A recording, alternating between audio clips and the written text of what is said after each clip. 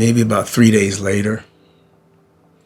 And I met with the doctor, and they gave me 3 options: chemo, radiation, or a Y90 procedure. And we chose the Y90 procedure. Now that procedure is they open up the artery in my wrist, and they snake a wire all the way up to my liver. And the first phase of that procedure is outpatient. They just need to find the arteries or the interstate to get to the liver. And then I came back for the actual procedure.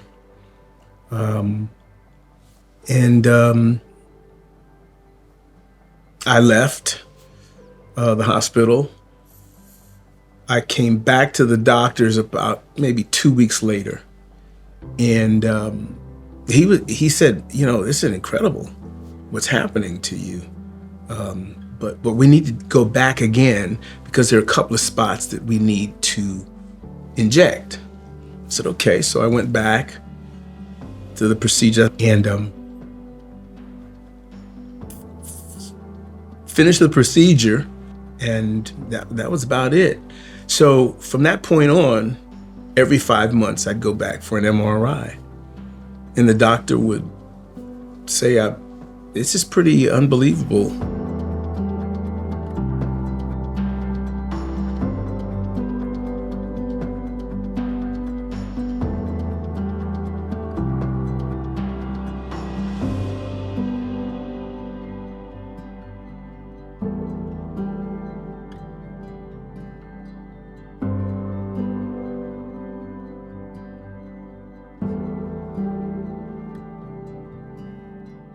In the very beginning, when I was told that I had cancer, I was a little stuck, but really, I placed my faith, in positive thinking, in the actual definition of faith, which is an assurance of things that I hope for, like I hope to be better. The evidence of the things that I cannot see with my naked eye, but I know that I've been given the gift of life and not of death. So I live with life as my purpose and an abundant life. And so when I was told I had cancer, I said, well, thank you. That's what you say I have. But my faith is in living and not dying. And I have strong faith because I do have faith in God. So that's the way I have been existing and living for the last 8 years. Like I've told people, you should, how you say to people, you should act like someone told you you're sick so that you can believe that you're well. I took it a step further. I tell people, you need to know that you've got 7 months to live. Now, how are you going to act? What are you going to actually believe? How are you going to treat yourself? What are you going to eat? Are you getting enough sleep, enough rest?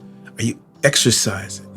Start getting into the mode. Like they told me I had 7 months to live. As an example, they told me I had 7 months to live, but I'm living like I'm living to 94. And so 7 months and 2 days later, I'm still here. I began to prioritize myself. I believe I was always full of faith, but I began to really prioritize myself after I had gotten divorced. And because prior to that, my concern was my daughter. My concern was being as good of a husband as I could possibly be, even though it didn't work out. So 2 other people came before me. When I got divorced and I got on my own,